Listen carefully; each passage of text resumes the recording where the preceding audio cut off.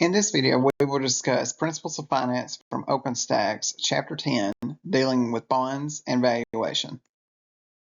Bonds are debt instruments used by companies to raise funds from external investors, generally for large projects or general corporate use. The bond issuer or borrower receives proceeds from the bond sale and agrees to repay the principal at the maturity date plus pay interest to the investor or the lender until the maturity date. Note that this particular learning objective lists and defines some basic vocabulary that are quite common in the world of bonds. Par value is otherwise known as face value, is the principal amount of the individual bonds and is usually quoted as $1,000 per bond. The coupon rate is the interest amount paid by the bond and it's expressed as a percentage of face value. The coupon payment is the dollar amount of interest paid by the bond issuer to the bond buyer. The maturity rate is the date the bond issuer repays the investor the bond principal, and the yield to maturity is the rate earned by the bond owner if the bond is held to maturity, otherwise known as YTM. Bond types depend upon the issuers. The government is the U.S. government, municipal means states, cities, or local governments, corporate means companies. Recently, a separate category has been added, agencies of governments. These are agencies of a federal, state, or municipal government that have their own fundraising function. For example, Fannie Mae, or the Federal National Mortgage Association, deals with mortgages. The value of outstanding bonds is actually larger than the value of the outstanding stock, as you see in this figure here. This is based off of data from November of 2020. We see here that the stock market at that particular time was valued just under $100 trillion, whereas the total bond market that includes both corporate and sovereign bonds or government bonds totaled well over $120 trillion.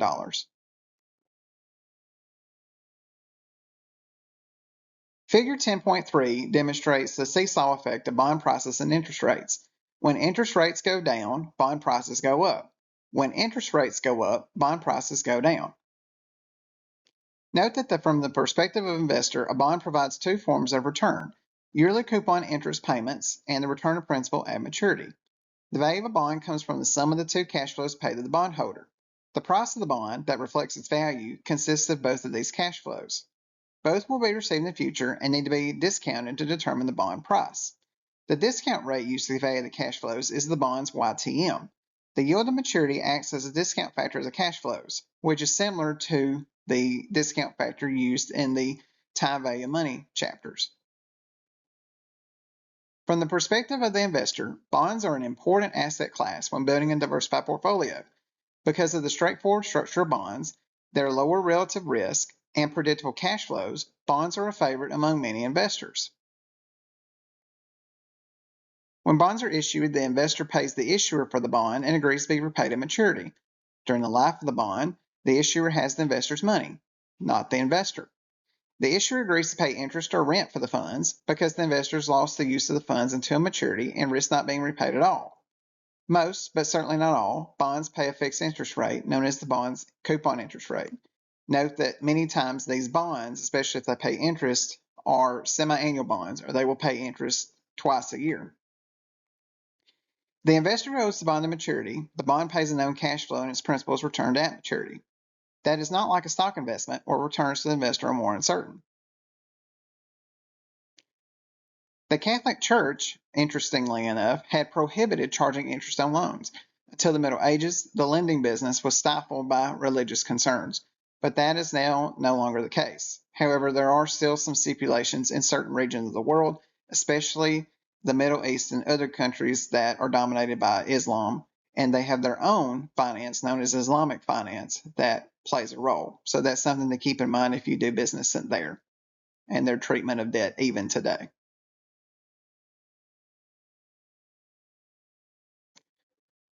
Note that with respect to government bonds, they have various maturity dates.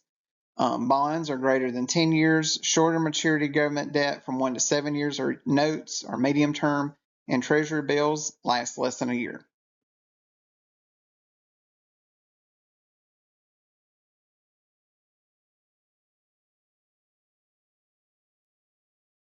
Recalling we said that the total value of bonds outstanding exceeds the value of outstanding equity. Bonds have lower returns to investors than stock, but the market for bonds remains strong. Why? Well, a balanced portfolio will continue to include bonds. Bonds are always cheaper external funding source than stock, and the effective tax deductibility of bond interest lowers its cost to the issuer and consequently lowers the issuer's cost of capital. This in turn raises the value of the firm.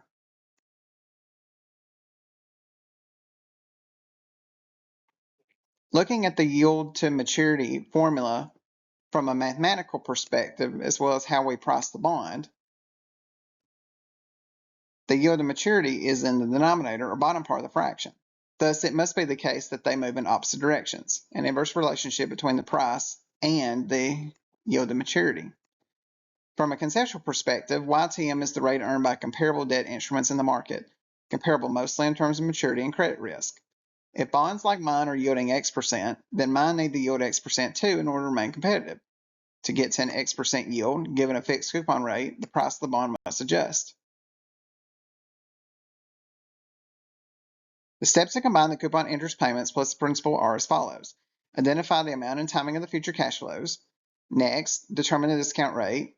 Third, find the present value of the lump sum principal and the annuity stream of coupons. And then finally, add the present value of the lump sum principal and the present value of coupons. Cash flows, or par value times the annual coupon rate, is the annual coupon payment. The face value of the bond is repaid to the investor at the maturity date, or a single sum. Both cash flows will be received by the investor in the future and therefore must be discounted by the appropriate interest factor, defined as 1 plus the yield to maturity raised to the n, where n stands for whatever time period we're talking about. The manner of determination of a bond price requires significant algebraic calculations. Calculators with time value money functions, PV, FV, PMT, I, or YTM, and N can calculate a bond price in a few keystrokes following the steps outlined here. First, you clear the calculator register by CE/C, ensuring the display is 0. You enter the future par value as a negative amount, so 1,000 plus or minus, and then hit the FV key to yield negative 1,000. The interest rate will be 5% of the annual rate divided by 2, because bonds are semi-annual typically, to yield 2.5. So 2.5, and then we hit the I/Y key to lock in 2.5. The number of periods, let's suppose, is 15 years, but we multiply that by 2 for twice a year, so 30 semi-annual periods. You would type in 30 and then hit N to get N equals 30. The coupon payment will be 1,000, which is the par value, times 4%. See, and in this, that is a typo. That should have been 5%, but anyway, you put in whatever the interest rate is, or excuse me, the coupon rate. No, it's okay. So the coupon rate in this example, my apologies, is 4%. So 1,000 times 4% divided by 2 is 20.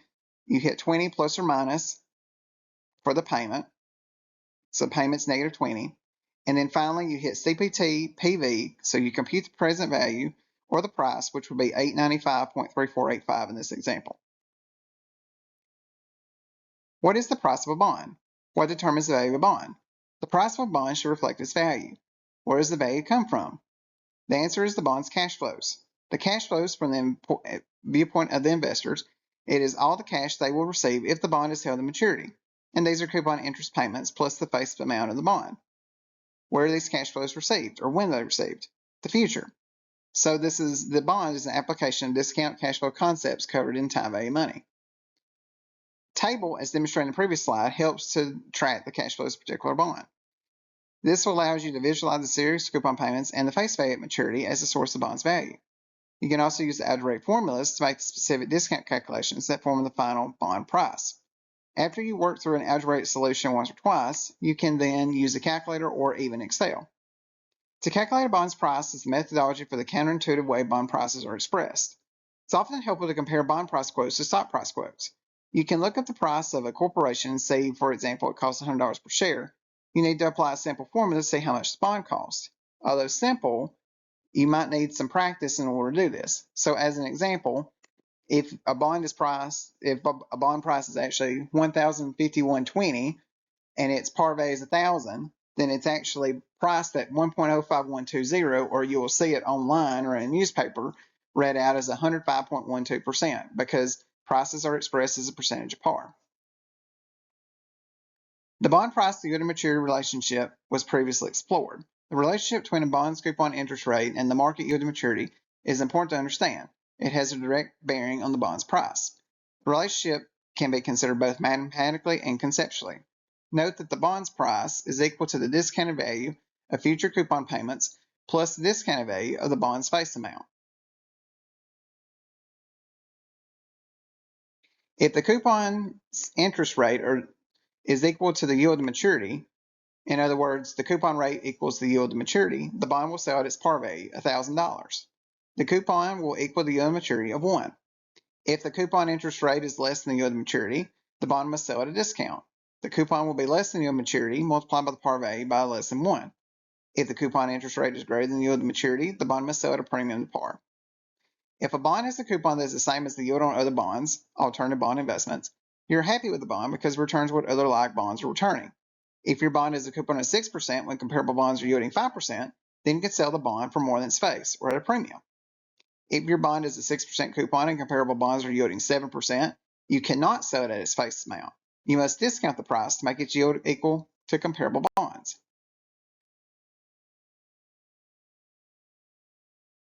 When interest rate yields are plotted against the respective maturity periods, the resulting line is the yield curve, as seen in Figure 10.5.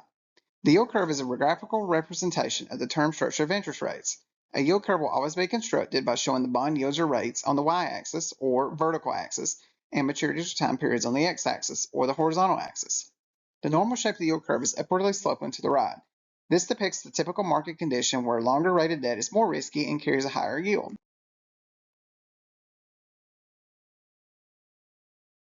An inverted yield curve, downward sloping, is unusual and occurs when long-term rates are lower than short-term rates. This causes the yield curve to assume an inverted shape with a negative slope. An inverted yield curve has historically been observed as a prelude to a general decline in economic activity and interest. A flat yield curve reflects a transition as the economy moves from normal to inverted or vice versa.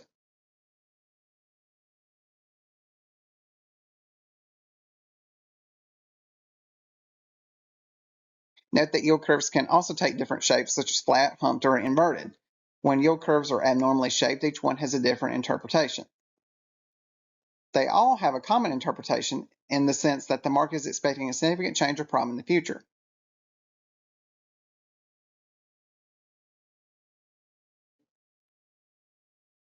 Note that the yield curve is a very closely watched indicator of what the financial markets are saying about the economy. Risk of holding fixed rate instruments or bonds include the following. Interest rate risk is similar to the inverse relationship between the yield to maturity and bond price. When returns on comparable debt instruments rise, the price of a bond will decline. Default risk means that bonds are a debt instrument. There is always a possibility of the issuer defaulting. Credit risk means that issuers may encounter adverse business conditions, causing their bonds to decline in value. Term risk means that the longer the term of a bond, the greater possibility of adverse conditions occurring to the issuer, thus causing a bond's price to decline. Call risk means that some bonds have call features that allow the issuer to buy back or call the bond before maturity. This may occur when the investor is not going to be able to invest at comparable returns. Thus, bonds do have risk. Investment rating agencies provide evaluations of bond issuances and issuers for a fee paid by the issuer. These ratings augment or replace the credit analysis function performed by banks and financial service companies.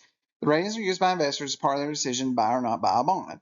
The rating agencies are S&P Global Ratings, Moody's, and Fitch. The ratings among the three are comparable, and the actual ratings grades differ only in terminology.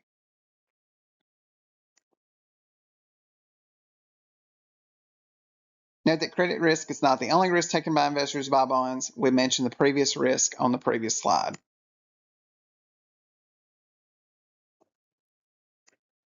Note that bond investors can do their own evaluation of the bond being considered. Institutional investors actually often do this, but the shortcut would be to use the credit evaluation process provided by the credit rating agency's analyses.